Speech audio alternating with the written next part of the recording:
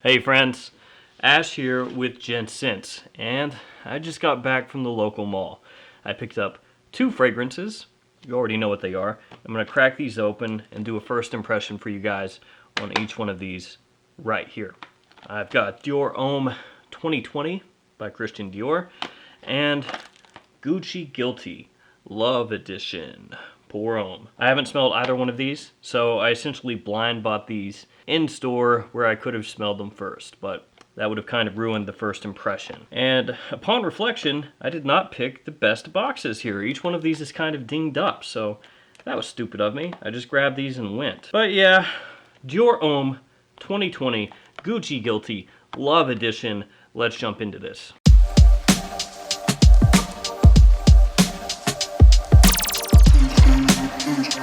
Obviously, there's been a lot of chatter about Dior Homme 2020. I know that a couple of reviews have popped out on that fragrance already, but I haven't watched those. I've tried to stay away from that. I know that the notes have been changed up a lot. I talked about that on This Week in Fragrance. So I'm anticipating a big difference between Dior Homme as I know it and this one, but I don't know exactly how drastic that's gonna be until I crack into it. First up, I guess I'm gonna open this one, Gucci Guilty Love Edition, and we'll check this one out. Of course, Gucci Guilty, the line, is not really highly regarded by a lot of guys in the fragrance community. It gets a lot of hate. Most Gucci Guilty flankers do anyway. So with this one, I am anticipating kind of a, I don't know, generic, sort of versatile people pleaser kind of fragrance, basically. But let's open this up, see how good it is. They actually left what looks like a little security device on top of the box, so it looks like I stole it, but I didn't. I'm actually in for like $185 here. That's how much I spent. And without even smelling these, I kind of feel like an idiot spending that much money on two fragrances, but what are you gonna do? So here is a close-up of the box, Gucci Guilty Love Edition. It's kind of getting washed out by the light that I have around my camera. And you can see, hopefully, that the box took a pretty heavy ding right here. I could have gone for a nicer box, but I just grabbed the first one there. And then you've got the ingredient info on the back of the box, and the bottom has your batch code. 9247 is my batch code. And I got the 50 milliliter size. They didn't have a 90 milliliter at the Ulta where I picked these up. So this looks like a little baby bottle version of Gucci Guilty. It looks kind of cute. It's like a little baby Yoda bottle. So there it is, Gucci Guilty Love Edition Pour Homme. I actually like the coloration here. I think it looks pretty cool. You've got the bottom here where you can't see through it, and then a frosted glass on top with a contrasting green shade. Looks pretty nice. And let's go ahead and give this a spray. I'll spray this one on skin. I'm not going to mess with tester strips this time, just going straight off skin, since that's how you're going to wear it if you buy this. There we go. Let that settle for just a second. I can smell it a little bit from right here. I can tell you, for the people that hate the Gucci Guilty line, they're still gonna hate the Gucci Guilty line. This is not doing anything super new.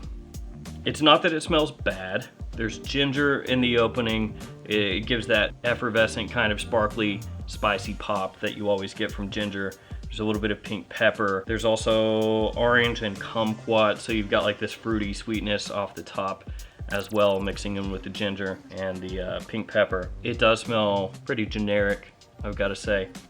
I can't place a fragrance that it smells exactly like. So when I say generic, I mean in the sense that it does come across smelling a little bit shower gel-ish. It's refreshing, it's gonna be versatile, it's gonna be people-pleasing. At the same time, when I smell this, I'm pretty bored. It's kind of like something I would expect somebody who's a teenager or maybe in their 20s to smell when they just want to grab something, spray it on, and smell fresh, essentially. At least that's how it is in the initial opening here. Of course, it could change drastically. I've only had this on for a couple minutes, so this is just a first impression on just the first few minutes that I have the fragrance on.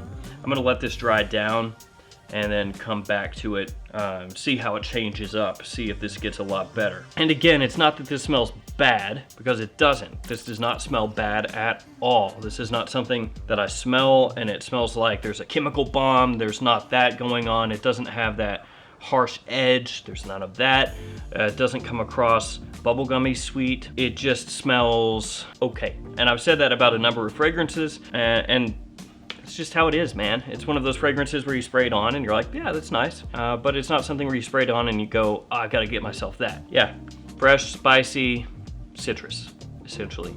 That's how it is off the top. It's got a shower gel vibe. It's clean, it's refreshing, it's okay. But if you hate Gucci Guilty, like I said, you're gonna hate that for sure. Now let's crack into Dior Homme 2020 while we let this one dry down for a little bit. So Dior seems to be going all in on trying to make things just as absolutely versatile and mass appealing as humanly possible. At least that's how I take it with the changing of Dior Homme to Dior Homme 2020. At least from what I've seen with the notes being changed around, with Sauvage being pushed so much. And also I noticed in the photos for Dior Homme 2020, they also had Dior Homme Intense in the new bottle style right here, which I'm going to show you. So I'm wondering if Dior Homme Intense is going to be changed up here in the near future as well. So let's take a quick look at the presentation here. Here is the new Dior Homme 2020. You'll notice the little Christian Dior B on the front there, not too much on the back. And on the bottom, you have your ingredients and your badge code. And here is the bottle. It's got a little bit of a refreshed look to it. So some people, I imagine, are gonna really love this new look and others are going to hate it. There it is. You can see it now says Dior Homme inside of the cap there, and then has the CD on top of the cap. And then on the bottom, you're gonna find your badge code. I don't hate it. I don't hate the way it looks. It's kind of an interesting look with the black cap kind of inside of this plastic here. And then you do have the little B on the inside. Hopefully you can pick that up. There it is anyway, the little B inside. So now I'm gonna give this a spray and we'll see how different this is, see if it's super noticeable or not. Okay, yeah, that's completely different. I mean, this is just first impressions, obviously, but I do not like that at all compared to the original.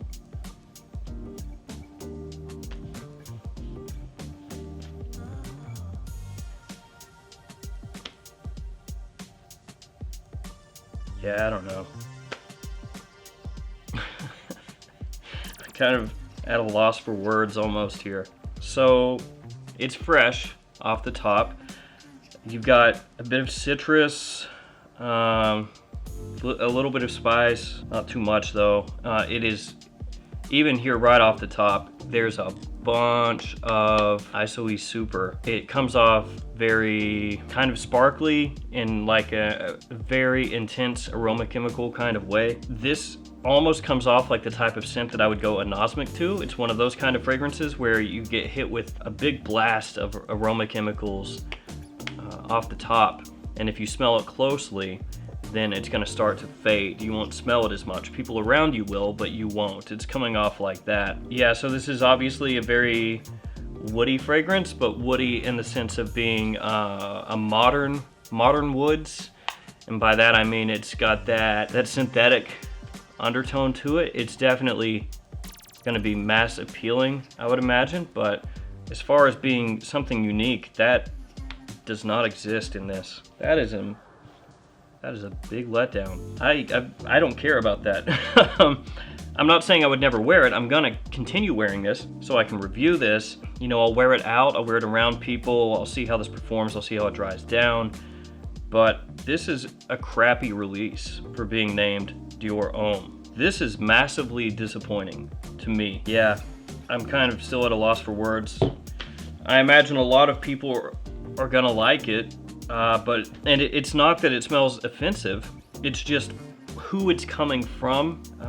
Dior, the line that it's in, Dior Homme, the fact that they're putting this out there as Dior Homme 2020, like, hey, this is the new this is the new direction that we're going. This is like this is like Christian Dior Eccentric Molecules or something. This is like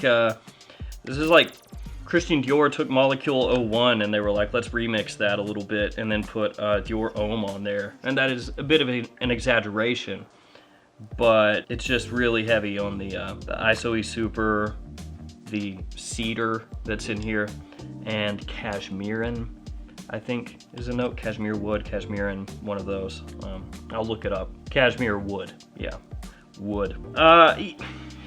It doesn't smell bad. Like I know that I'm ragging on this, but it's one of those things where you have really high expectations and then it falls very short of that. It's not offensive, it's gonna be easy to wear, but I don't care about this right now. I'll come back to it. I'll leave you guys here in just a moment, let these dry down and finish up these first impressions, but just this opening here. Yeah, and back to Gucci Guilty Love Edition. Before I cut this and come back, there's a little bit of soapiness to it. So that shower gel kind of thing that's carrying over, but now it has more of a slightly soapy feel to it, like a sweet soap. Yeah, coming across kind of like a sweet soap. Yeah, that's how it comes across. It's the lavender in here, like the lavender and geranium are combining, and it's giving it this kind of this sweet soapiness. It's clean, like I said before. It's not anything super unique. Again, my previous comments stand. If you hate Gucci Guilty, if you hate Gucci Guilty Intense, if you hate Gucci Guilty Black, you'll probably hate this. It is not the same as those fragrances. It doesn't smell the same as those fragrances, but it's very much similar in the sense that they're trying to just get something out there that guys that are middle-aged and younger who are very casually into fragrances are gonna smell and be like, oh, that smells nice. And people that are hardcore into fragrances, they despise stuff like that in general. I don't think that it's, I don't think it's gonna be one of the worst fragrances of the year or anything like that. It smells better than Gucci Guilty Cologne to me. I would wear this over Gucci Guilty Cologne.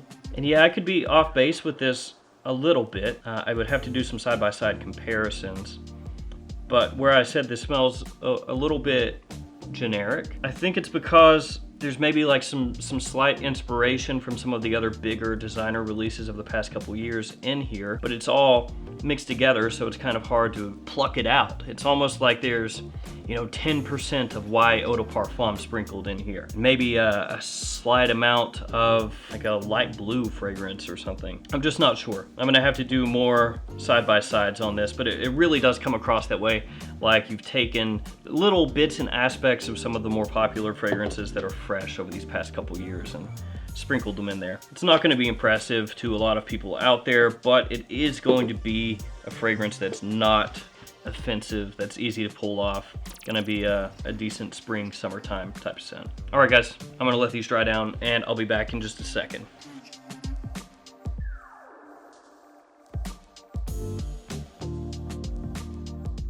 So I've been letting these dry down. I also went and got my wife's opinion as it was drying down and as it dried down. And this is where things stand. So Gucci Guilty Love Edition. She didn't like it. Doesn't like the way that it smells. To me, as this dries down, it does take on more of like a green kind of vibe, like a green soapy-ish kind of feeling. I'm not super impressed by it. Don't think it's gonna be something that I wear too terribly much after I'm done with the review, but I am gonna wear this more and give it a proper review and see if it grows on me, to see what nuances I pick out as I wear that and, take notes on it and stuff like that. Dior Homme 2020. It doesn't come across super strongly to me, and that's gonna be because it is really heavy on the ISOE Super, like I was talking about before. And what's funny is, as my wife smelled it, she was like, that doesn't really smell like a whole lot of anything. So she was having trouble picking it up too. Admittedly, I only did go with a couple of sprays here, but yeah, it really is almost like Dior's version of Molecule 01. And I said that kind of jokingly, but then as I thought about it more, I was like, actually it kind of is like that. There's a little more going on here than Molecule 01. It's got cedar, it's got vetiver, it's got the cashmere wood. It's not only ISOE Super, but when you smell this, without mistake, that's the main note, ISOE Super. I still think that it's a disappointment to me because of what the Dior Homme line is to me. It's one of the upper tier designer lines out there. Now they are still selling the original Dior Homme, so it's not discontinued. It's just being sold as like Dior Homme Original now, I believe. That being said, when I went to Ulta, all they had was this. They had Dior Homme 2020. They did not have any Dior Homme at all for sale, at least the original. Now, when I went to Sephora, they didn't have Dior Homme 2020, but they did have the original. So in my local mall, depending on where you go, you'll find this, but not the original, or you'll find the original, but not this. It is pleasant. It does smell nice, like just smelling it, as long as you like ISOE Super and you like woody, modern woods kind of scents. It's just a letdown, I think, because of the house and the line and what I was hoping for. As far as the fragrance itself, though, it's not offensive. It doesn't really, do anything that people are gonna be turned off by. It's just a modern wood scent that focuses extremely heavily on ISOE Super / cedar, but actually ISOE Super, not cedar. It doesn't have that same woody depth that you'll find in real cedar fragrances. You can tell that this is very much going for that more modern take on it, which is why the added emphasis on ISOE Super. Does not smell bad though. I'll give it more wear and see how it goes. I think that for me personally, as these have dried down, if I were going to pick just one of these to wear for myself, I would rather wear Dior Homme 2020.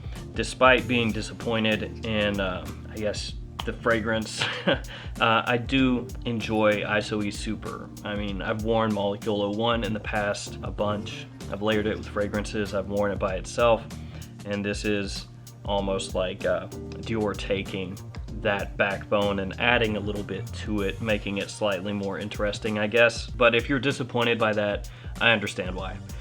There is no iris here at all compared to Dior Homme and Dior Homme Intense, and I know that iris is not a note. I'm just saying that when I smell this, I don't pick up iris at all. A couple of people have said, oh, I think I still get iris in there, and if you do, then, good for you.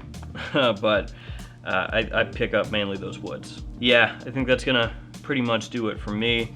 I'll do full reviews on these, so I'm gonna be wearing these over the next few days and start working on those reviews to get those out. But those are my first impressions. Of course, first impressions can always change as you wear something more, as you pick up more nuances, you see, what you do like, what you don't like. First impressions are just kind of those first snap judgments. Like I said, my wife does not dig the Gucci Guilty, and then Dior Homme 2020. She said it doesn't smell like too much of anything, just bits of wood. If you smell these fragrances, let me know in the comments below what you think about them. As always, thanks so much for hanging out with me today. Thanks for all your support. I'll see you guys again tomorrow with another fragrance video. See you guys.